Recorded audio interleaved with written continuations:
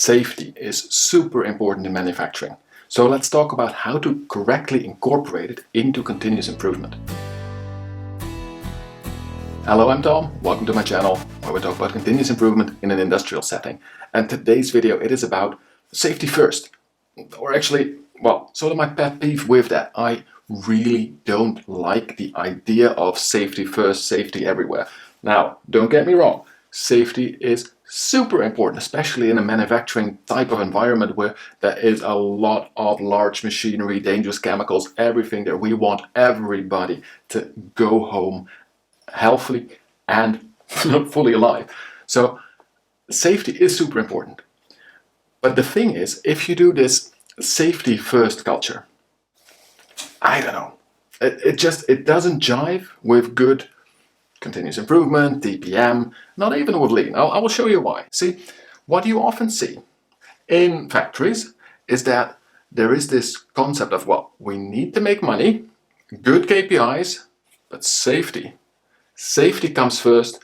It has this halo of, this is the golden standard, we do everything for safety. Now, first off, you know that large plants are not a super safe environment. Right? So safety is always going to be sort of a trade-off, right? There is always a little bit of what is the acceptable safety level so that we can still do our job, can still make money. So it's not number one. It is super important to think about, but it is not the end goal of your business. The end goal of your business is in these KPIs. And what this does is constantly telling everyone that safety is number one, it creates a very big divide. And that makes it dangerous. Now, we see this in another place. We also see it in what is essentially a very good system, and I like it, right? 5S as a system. We make everything have a place and things will be in that place. It is standardized, it is sustained. You know, this is a great way to organize your workplace for optimal efficiency during production. This is not a cleaning system, right? That you sort things does not mean that you put the cleaning brushes with the cleaning brushes. No, you separate out anything that you do not need for your work, right? To produce with a machine, to do your logistics works, to treat people in a hospital. 5S works everywhere. That by itself should already tell you it is not just about cleaning. Then you sort them so that you have the tools that you need where you need them. And if needed, have multiple copies, right? There's a method behind it. Then we shine or, do the cleaning. There's one S that is the cleaning. Now, this is not because we just want a clean workplace. It is because clean tools work better. Clean lines work better. A clean workplace is safer to work in. And then we standardize it. We make sure that we sustain these standards. So we have a system of checking our processes and we go round and round because this is a continuously improving system. Now, what do the safety first people really like doing? They put in a 6S, safety. If it is a real 6S and it breaks somewhere into the circle, I have no idea where. Let's first do safety and then get rid of the unneeded stuff. I don't know how to do that. Let's first get rid of the unneeded stuff, sort it, shine it, and after we have sorted and cleaned everything, then we'll also make it safe. No, it doesn't work like that. So maybe what they say is the whole system is designed for safety, which again, it is not, right? The system will provide a lot of extra safety. That is what it definitely does. But don't get it in here. When you do proper 5S, you will get your boosted safety. You will also get your boosted productivity. You will also get your boosted quality. Because if you have a workplace that contains all the tools you need to properly do your job, and the rest is clean and it has no obstacles, you have an ideal workplace, right? That is the idea of 5S. Make those standards so that you can work in the most optimal way, which is a safe way.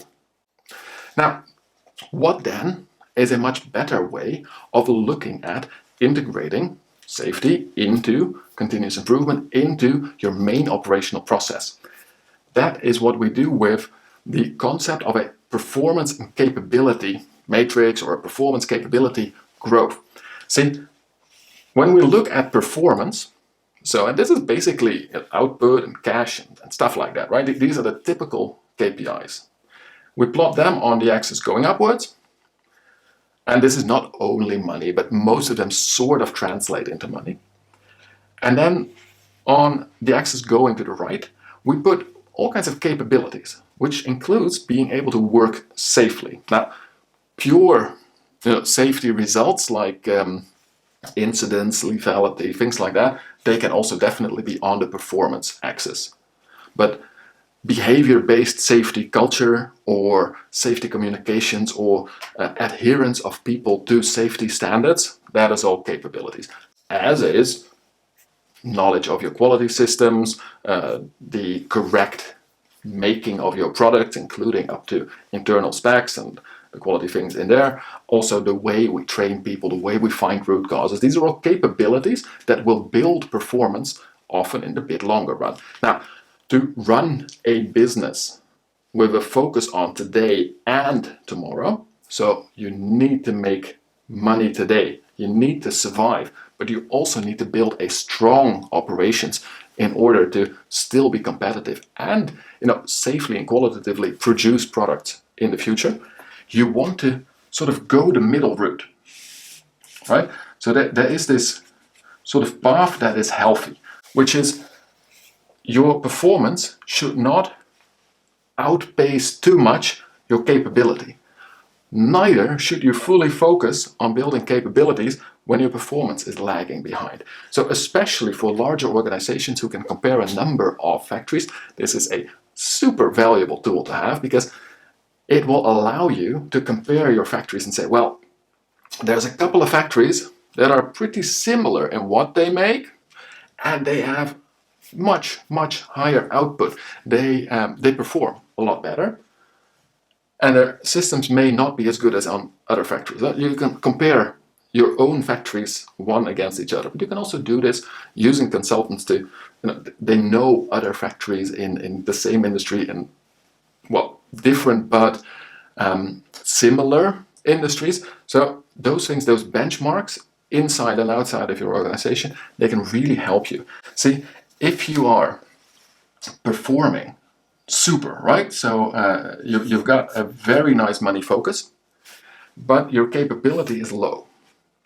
That means in practice that your systems are not too developed, including your safety systems, but also including your root cause analysis, your training materials, the way that you really control your processes. Now, what that means is that those great results, they are standing on a quicksand foundation. They can just fall over at any time, because usually they really hinge on a couple of key people. You've got a couple of very good operators, a couple of very good team leaders, maybe a chief technologist that really knows the process, and anytime something goes wrong, they jump in, they fix it, they make sure you get your output, so you get your results. But as soon as they leave, or one of them falls ill, or you invest in a new line, oh, this factory is doing so well, we invest in a new line, and they just get too thinly smeared over the organization, everything drops down. But then again, if you have this brilliant safety culture, right, but you don't have any performance to back it up, you can make the best quality product, have a safe factory, train everyone to the T, but if you're not performing, you're not even dropping, you're just being closed. That's what's going to happen to you. So try to stick in that sort of middle lane. Now, of course, this factory will not close tomorrow, that factory will not fall down tomorrow. So when you see these, when you're out of that middle stream, just know that the next quarter and the next year, focus on getting back into it. And of course, when you're here, you don't want to go down. No, the correct way to focus that growth is, of course, to develop your capabilities much more than your focus on more results. And if you are here, you want to really focus on results. Now, this may lead you to stray a bit, so lose a little bit of performance to get that good capability, but at least it will be a more stable capability, and as soon as you're here, you will again grow. This is something, especially this one, is something many companies are afraid of doing because they fear that they will go there or they will lose a bit of performance and it'll completely ruin their company. It will not. Don't be too afraid of that. So this is a good way to integrate. Now, how do you do that in a more practical sense?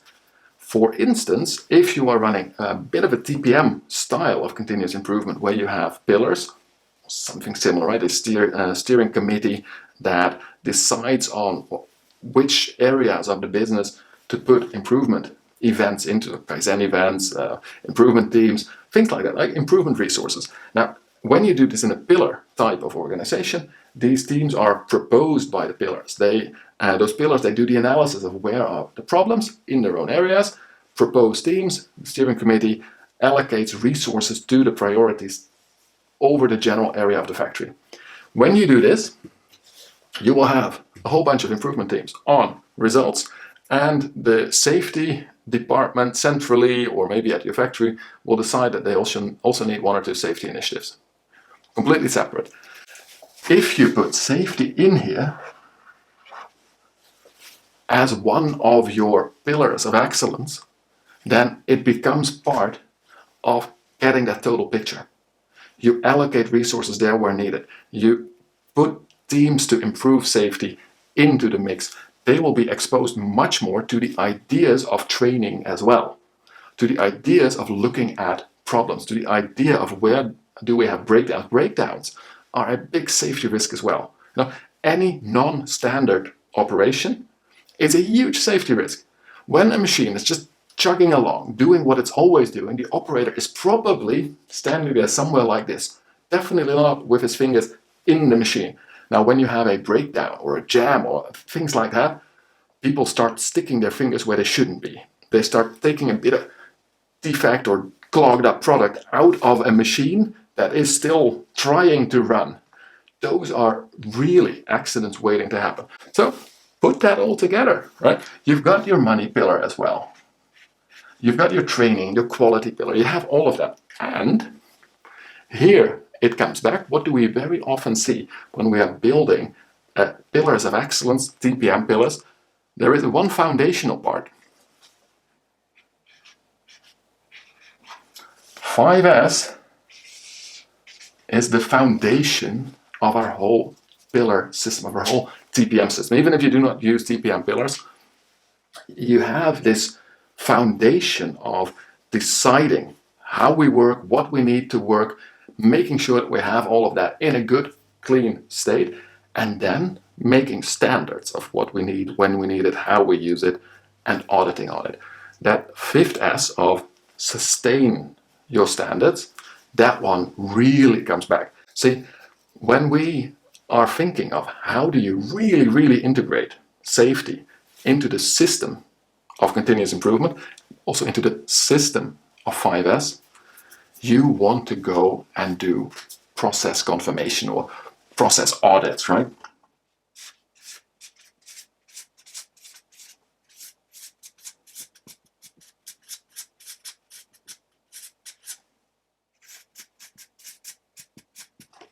Process confirmation, layered process audits, however you want to call them. This is not the same as process control, definitely not statistical process control. Now, this really is about your processes. So the processes you defined in 5S, what do I need, where do I keep it, how do I keep it clean, how do I keep it maintained, and all those things, you check them. In the standardization, you sort of have the list of what is needed where. And then for the sustain part, you check it. You make sure that your managers, and that's why sometimes it's also called a layered process audit, multiple layers of managers check the underlying layers on whether they really do the processes as is needed. You will check, do I have everything in place? But you will also check whether or not your coordinators are checking it correctly. So there's this sort of extra confirmation of, do we really do the things we know that we need? Now, it is so logical, right? I would say get rid of your safety audits, the big specialized ones. Put it into process confirmation audits. Same for quality. So make sure that your safety is part of the operating principles, that your safety is part of how we organize workplaces, that it is part of the capabilities. And as soon as you have defined your processes, how do you want everyone in the operation to act, right? So how do operators steer their lines, operate their lines? How do maintenance technicians, how do they work with the safety of first locking down a machine before they put their hands into it? How do they maintain machines? How do we look at quality?